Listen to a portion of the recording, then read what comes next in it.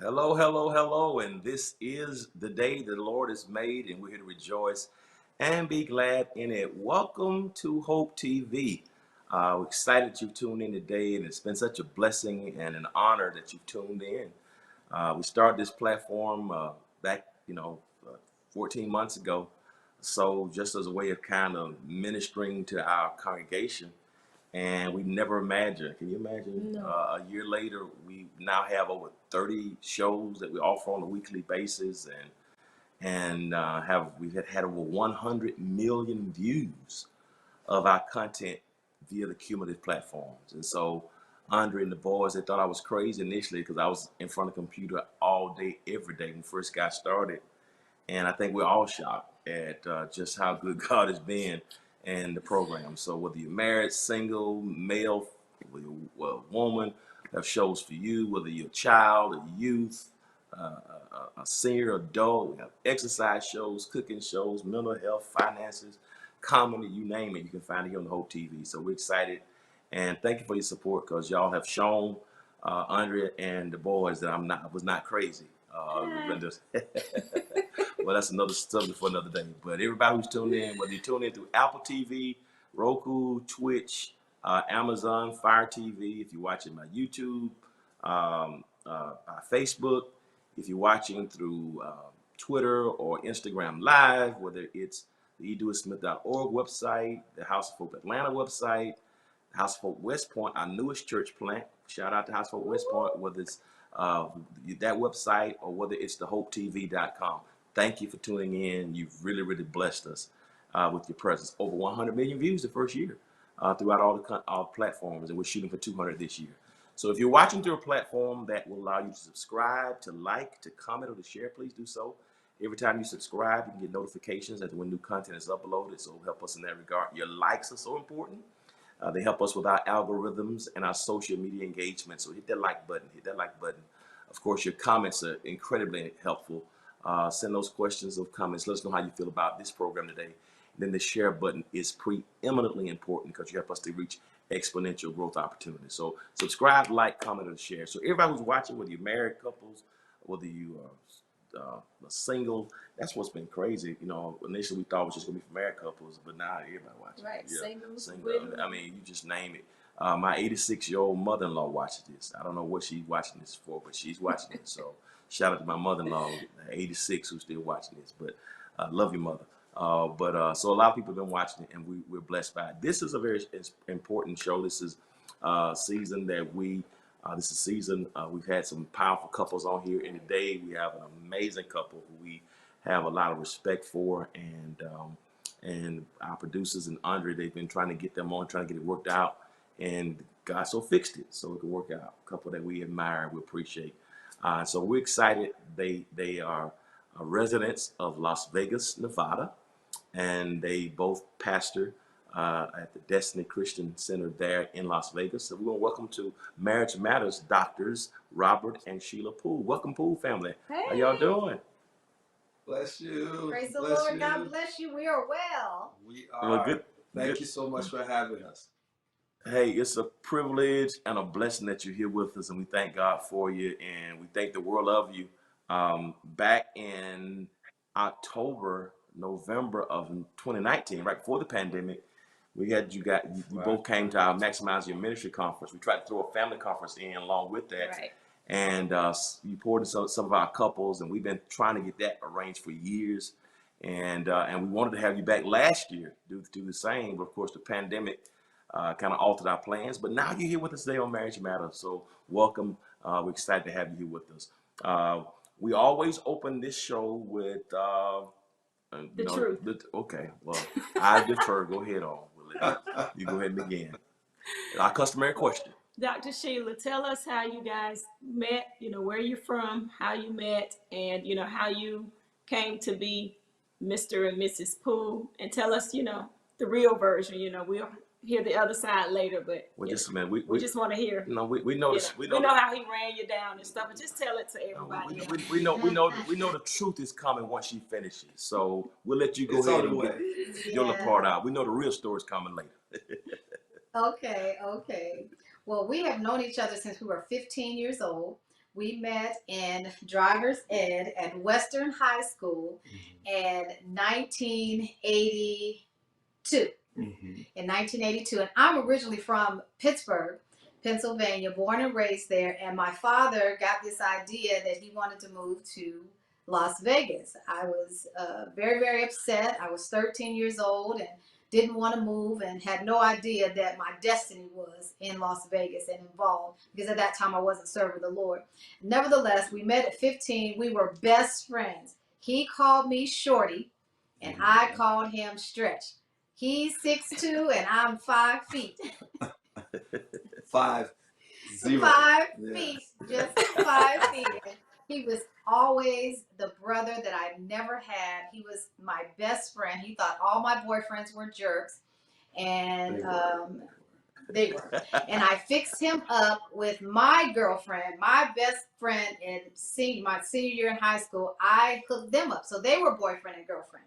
Yeah. Because he was just my brother. And it wasn't until 5 years after we graduated, right? 85, he's the math guy.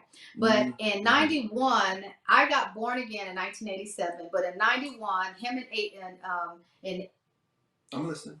She says it. You tell your side.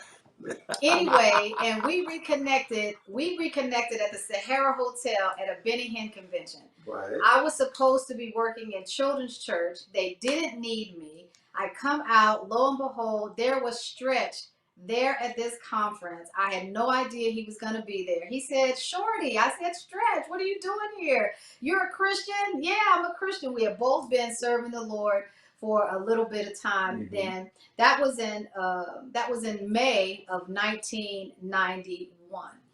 In February of 1992, I was scheduled to I was planning to move back to Phoenix. At that time, I didn't know. It was probably February 3rd, 1992. We started talking on the phone, and I just thought he was an incredible man of God. I just thought he was the baddest preacher. Because it was amazing to me, his love for the Lord, his knowledge of the Word. And for 33 days, we talked on the phone every day. I didn't like him. He didn't like me. And it probably wasn't until maybe 2 weeks, the middle of February, and he called me to ask me to go to a bookstore with him.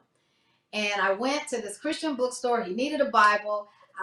We got the Bible. He brought me back home, and I started crying because all of a sudden, I don't know, I was just overwhelmed with emotion.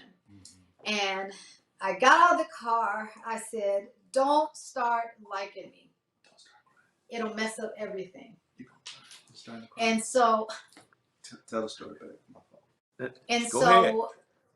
I got out of the car, and I didn't even know what that was all about. I was just very emotional at that moment. And again, I was planning to move back to Phoenix, where I first started serving the Lord. And he invited me to his Bible study. Now, I didn't want to go to his Bible study, but I went. And I sat in the seat where his girlfriend normally sat. Yeah. And I didn't know. And I didn't know that I was in his girlfriend's seat, but I like to be up front. The seats weren't reserved. They weren't. That was on her. She should have got there on time. It was again, I don't even remember what he preached, but again, he has always been an incredible preacher to me. Now, at this point, again, I'm wanting to be married, but I didn't think that anything about him. And after that Bible study, we're all in a circle. His girlfriend is standing next to him at this time. and we had our heads bowed. I'll never forget it. And I looked up, and it's almost as if I heard a voice in my ear. If you could hear an audible voice, I heard, you will be back here to minister as his wife. Ooh. And I froze. Wow. I said, oh my gosh. In my head, so I mean, all these sirens and violins and tulips and buttercups are going off on the inside of me, and I have wanted to be married. I had the want to be married blues. I thought I was getting married 6 different times. This was number 7. I didn't want to mess it up, so I said, well, I'm going to go to his apartment to make sure, because I've missed it before. We all go to his apartment. Me, him, his best friend, and this girlfriend. Mm-hmm. Who didn't say anything. Me and Robert talked for like an hour those two just sitting there silent. Yeah. And wow. I'm like, this is it. Oh my gosh, this is it. Well, it wasn't until probably another week later. I didn't say anything to him. I did move to Phoenix.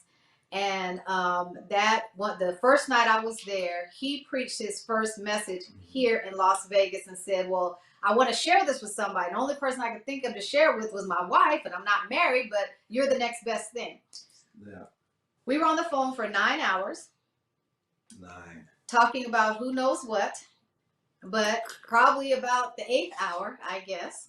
He said, I know now. More like probably the 6th hour. The 6th hour. Mm-hmm. He said, I know now. I said, what? He said, I know now that you're my wife, and I'm not going to ask for what the Father has given me. We got engaged March 8th, 1992. We got married.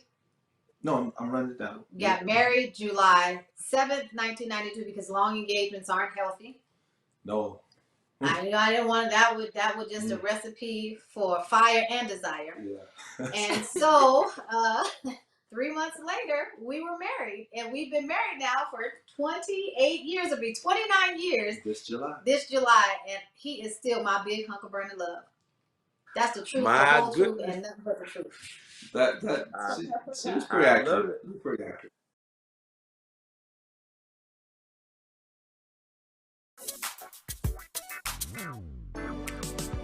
What you're looking for, you can find it here on the whole TV. What you're looking for, what you're looking for, you can find it here on the whole TV. What you're looking for, welcome to the whole TV.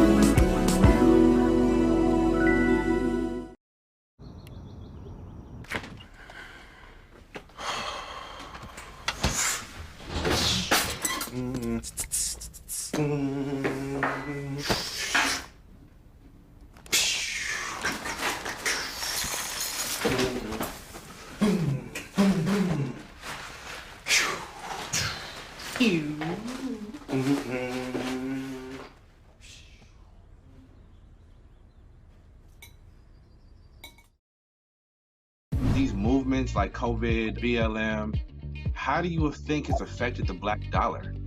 It's affected the Black dollar, especially with COVID-19, where so many people have lost their jobs.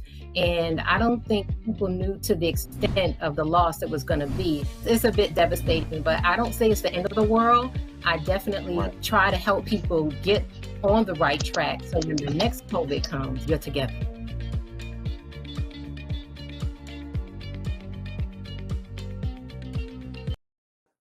Dr. Robert, what are your recollections? Is she accurate? Anything you want to add to that? She's pretty accurate. The one thing I thought that was interesting was because when we reconnected at that Benny Hinn meeting, I saw her. What she didn't say, I was there with my girlfriend. I grew up. Here I am.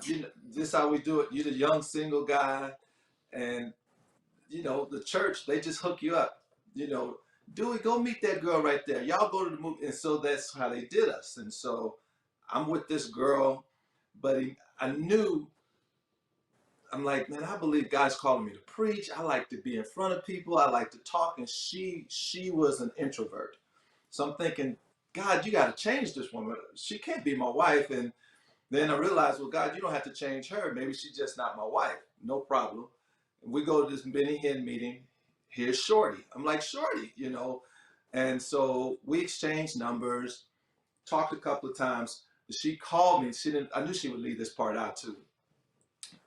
I'm She sure. called me because chump number 6. She called him guys. I called him.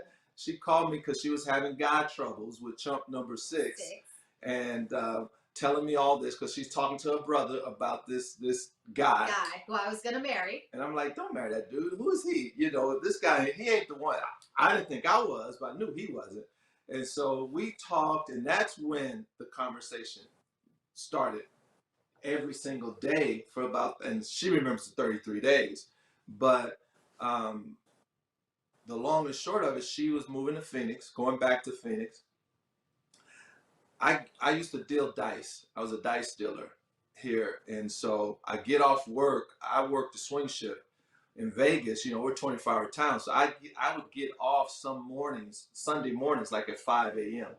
Go home, take a quick shower, go to church. You know, we got to be in church.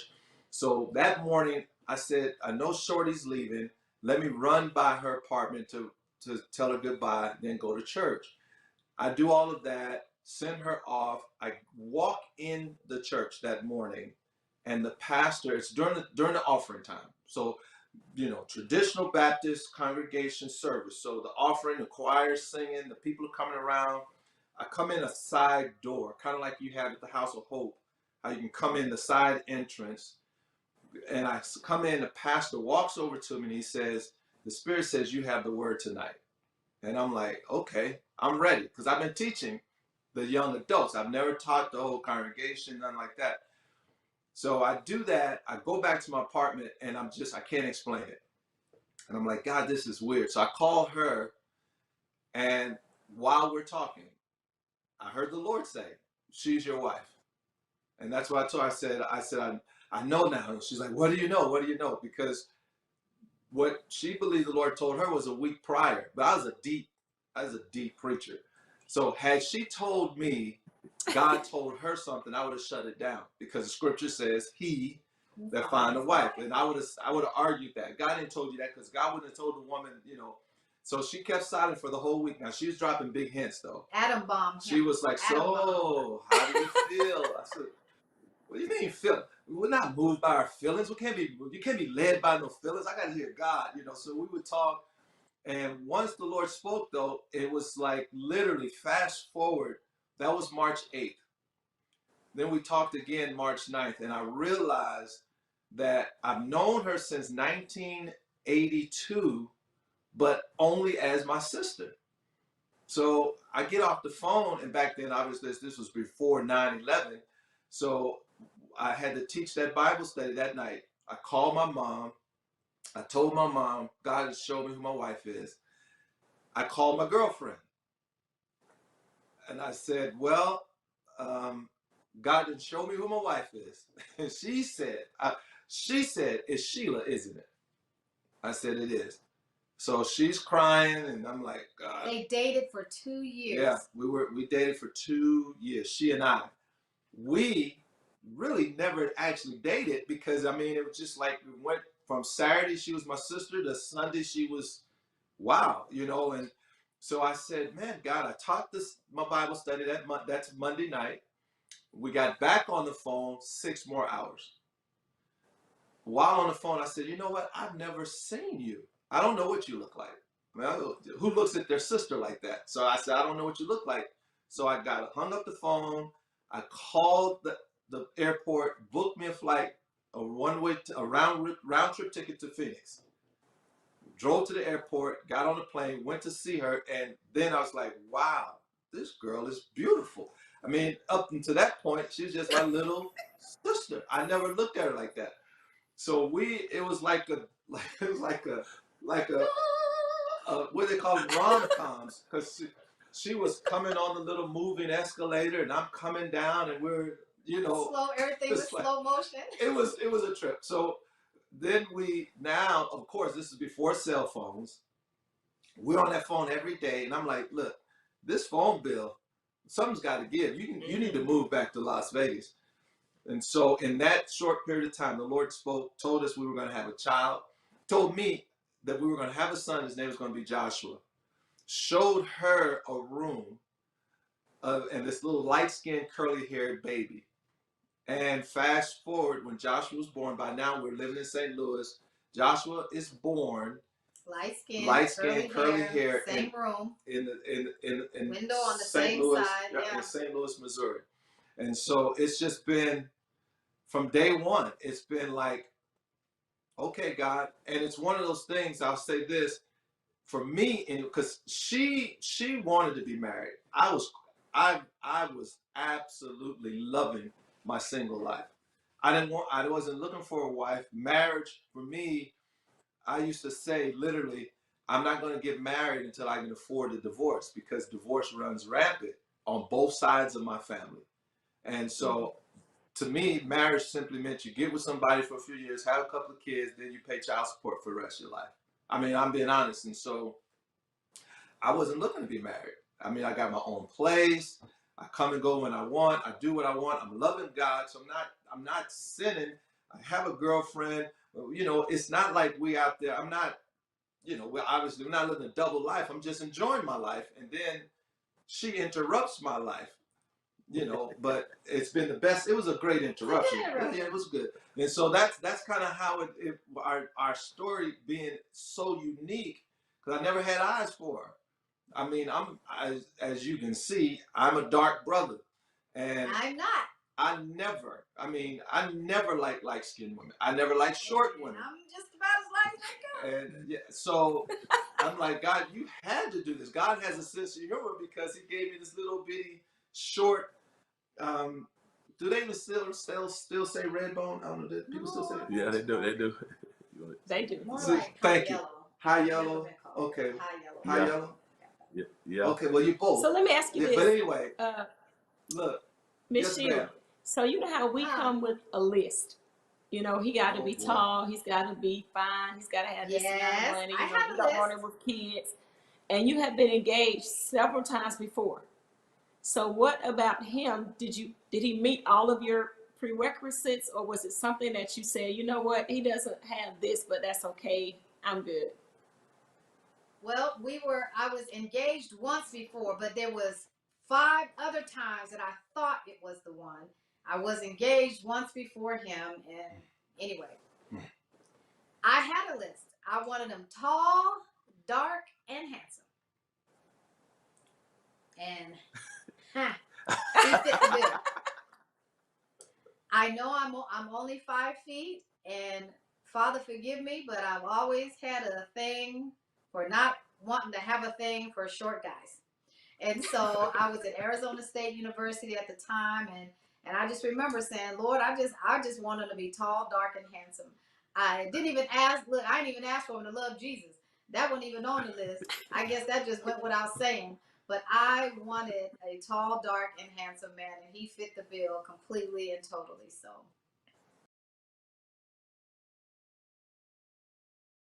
A lot of times it's easy to attach your identity to something you do or somewhere you work because you don't like who you are. In regards to getting to know who you are, one piece that people have to really be ready to is look at themselves honestly. A lot of times we want to sell ourselves an idea of ourselves rather than who we really are.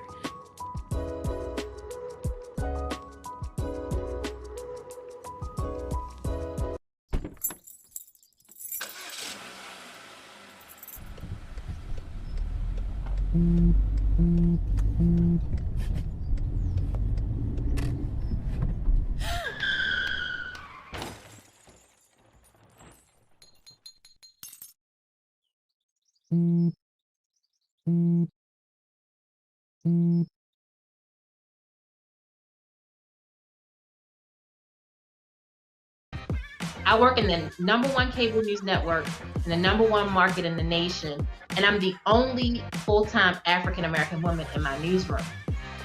Being inspired is really saying that at the end of the day, no matter what's happening in my world or around me, it's bigger than me.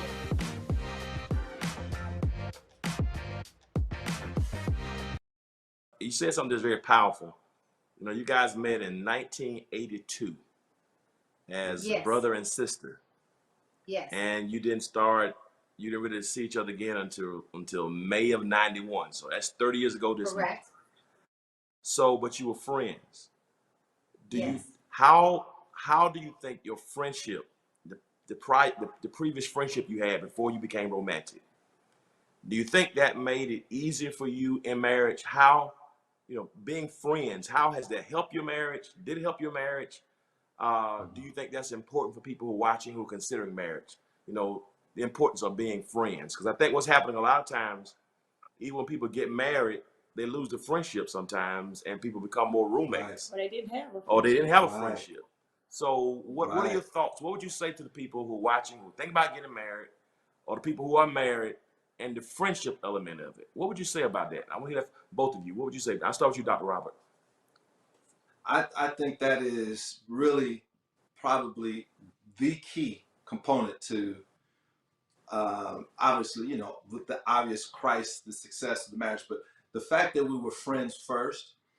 To this degree, we even encourage young people that want to be married, go find a friend. Because if the friendship is established, as my friend, my little sister, I'm willing to fight for you. I'm willing to pay. I'll do whatever I got to do because you're my sister, you're my friend. So when we got married, we didn't have to develop friendship. We just needed it to go to another level. It was enhanced. Good word. It was enhanced. So because we were already friends. And so we see that same thing, as you said, sir. So many couples get married and try to become friends. And by the grace of God, it can happen, but it's a harder route because they don't have anything established prior. Our likes and dislikes were already pretty much established. So she knew how I was. I knew how she was. To some degree, obviously, there's things about marriage that only marriage can reveal, but it made it a whole lot easier because we weren't trying to establish, well, this is the way I like this, and well, I don't like that. We already knew that about each other. So I already knew what, for the most part, what would hurt her feelings. She already kind of knew when you went too far with me. And I think that's so important with marriage today, is we're such in a rush to be married that we'll marry a stranger. Right. Or just get married in Jesus' name only. And Jesus is not enough. Obviously. Jesus is not enough Should be. to be, well, let me say it this way. If all you have in common is Christ, you don't have enough to get married. You cannot just say, I'm saved, she's saved. So that was the thing. We kind of like the same type of movies and that type of thing. So yeah, the friendship, absolutely. And we when we got married, we moved to St. Louis. Oh. And so we didn't have any family. I was 7 months pregnant. We got pregnant. We were both deep and wonderful. Yeah, that wasn't necessarily on purpose. No. We didn't know no better, Father. But go ahead. We thought we wanted to conceive on the wedding night, which again, we were just deep and wonderful and didn't know no better. But I got pregnant 4 months after we were married. We moved to St. Louis. My job transferred me. Right. So 7 months pregnant in St. Louis. He had to become my best friend. We had no friends family. in high school. Yeah. I didn't have anybody to talk to. I was a stay-at-home mom. I didn't have any friends. And I remember crying to him one day and telling him, I don't have any friends. He said, I'll be your best friend. And I was like, that's not what I mean. But we became the best of friends in St. Louis all over again on a marital level, raising our children, which we'll talk about that in a little bit.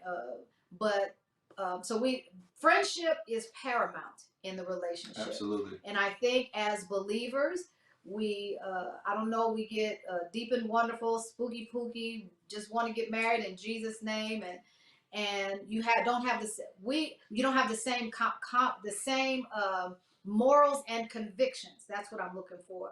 Robert and I have always had from day one the same morals and convictions, which really just enhanced our relationship and our friendship. It a lot easier. Yes. Made it a lot easier. Yeah. So did both of you come from Christian families, or? Child, listen. No. Listen, I went to Bethesda Presbyterian Church, the Church of the Frozen Chosen, and And I she was hated a CME member. Christmas, it. Mother's We Day. went all the time. She said they went all the time. I don't have We proof. did. That We was in went all the that was in time. I Pittsburgh hated before it. y'all moved to Las Vegas. We was in Pittsburgh in church at Bethesda Presbyterian Church, and I did not like it. My Now, mother made us go, and I didn't like those people. And I didn't come to know the Lord or have a relationship with the Lord until I was 19 years old. So and me, I grew up in church, but I was in church. I just wasn't saved. So I knew church, and we laugh about it because I never missed a Sunday. Met her in 1982, and she never even knew I attended church. Because once I went to school, there was no mention of church, no mention of God. It wasn't cool. So I would go to church on Sundays. You know, we do our church activities, and I mastered keeping those separate from my quote unquote real life. And so, again, this shouldn't be the case, but I'll say this, and it wasn't my church's fault, so in no way am I putting it on them. But for my church experience, it was nothing about my church experience encouraged me to get married and stay married. Nothing. My pastor got divorced. My parents got divorced. I mean, my goodness, the chairman of the deacon board got divorced. The president of the choir got divorced. And that was within an 18-month span. So I was like, man, please, I'm good. I'm good. now my parents are still married. My mom is 79 and my dad is 80, and they have been married 55 55 this year. 50. no 56 years. They've been married 56 years. And again, my mom raised us. I mean, we didn't grow up in a Christian home. We did go to church, but I didn't grow up in a Christian home. And like I said, it wasn't until 87 that I gave my heart to the Lord. And when we reconnected, I just loved his passion for the Lord. And we were committed to God and had decided together to just have a godly family and not to do it the way that our families had done it in the past. That's beautiful. You talked about, you know, man, we almost out of time already. Good night. I want to ask you one more thing, because we're gonna get you guys to come back, because we haven't gotten halfway through the stuff we want to talk about. But I wanted to close with this conversation. You got married and you relocated the first year of your marriage. So you relocate from Vegas to St. Louis, and now you are expecting a child. Those are two of the most stressful things. Job Yes, sir. relocation. Well, three of them. Marriage, relocation, and a baby, all in the first year. The only two other things are worse the other two other things are termination, death. So out of the top 5 stressors, you dealing with 3 of them in your first year of marriage. So, you know, and now you bring a child into it. So how did you navigate all of the pressures and all of the stresses involved in that first year? I cried a lot. A whole lot. A whole lot. A whole lot. Joshua was supposed to be born. The doctor told us, but he told us a story because he told us Joshua was going to come on August the 14th, and he didn't come till September 2nd. Wow. So I was a force to be reckoned with between August the 14th and September 2nd. Yes. I was 5 feet tall. I weighed the most I ever weighed in my entire life. I was away from my family, all the hormonal things that come along. Then I had an emergency C-section. And so my mother came, and she had to extend her stay because Joshua was late. And that was a very difficult transition for us. But we did become a part of a church, and we met some good Christian friends, and they helped us. God always supplied us with a good Christian support system, because having that C-section, which is a major surgery, I was 26. I just turned 26 years old, and that was a lot. But to God be the glory. He graced us through it. But I cried. Like I said, I cried a whole lot. A lot. Every day. Pretty much. She hated St. Louis. I did. Excuse me. So Dr. Robert, the people who are watching who may be, whether they're newlyweds or whether they're in a rough season, a rough patch like that first year, those stresses, what would you say to those people, you know, in terms of, because it may not be the same situation, but a rough patch is a rough patch. For some people, Right, being at right. home with your spouse during the pandemic is a rough patch. So what would you say to the people who Yes, watching? sir. Yes, sir. First of all, will y'all come back so we can finish part 2? Will you come back? Yes, sir. Yes, Yes, sir. sir. Okay, all right. Yes, sir. Praise the Lord. Okay, so we're gonna close this episode, but I want you to give a word to the people, you know, based on, you know, your experiences. How do you get to those rough, stressful moments like you had, like you and Dr. Sheila had that first year when you were in St. Louis? How do you get through those rough patches? Well, I will say this for us, it was the Lord, obviously, but I think one thing that we refuse to ever do is fault the other person for our situation. I mean, because we were broke. I mean, we forgot to throw that in there. We were living not from paycheck to paycheck. It was so bad. I would cash my checks because direct deposit, we wasn't getting all that money coming home because there was so many bills we owed. So we were young, relocated, pregnant, new job, and not to mention St. Louis, to our surprise, was a very racist place. Racially segregated. And so I'm a black man in a suit and tie with, you know, it is what with Caucasians under me. And that just wasn't received well. And I'm coming home. I can't make her feel like this is her fault. I brought you here. You didn't bring me here. And so we got through it by agreeing to never say we're in this situation because of you. And so we teamed up and realized, okay, God, you did this. Now, surely you didn't interrupt my nice single life to put me in this forever. So we always said, there's got to be light at the end of the tunnel. If we can get through this, we'll enjoy the rest of this. Said it won't always be like It won't always be like this. And that's really what kept us. That was our saving grace, knowing that this patch, as rough as it is just a patch. And it is not the conclusion of our marriage. It's simply the beginning. So greater and better days are ahead. Yeah. And they still are. Wow. It's been sweeter and sweeter. Yes, sir. To God be the glory. Listen, we got to close this segment, man. It's just getting good. This has been so, man, this is wonderful. It's always rich to glean from you. And I hope those who are watching, I hope you've been blessed thus far by the Pools. Just an incredible couple. We're going to talk. I want you to tune in next week, same time.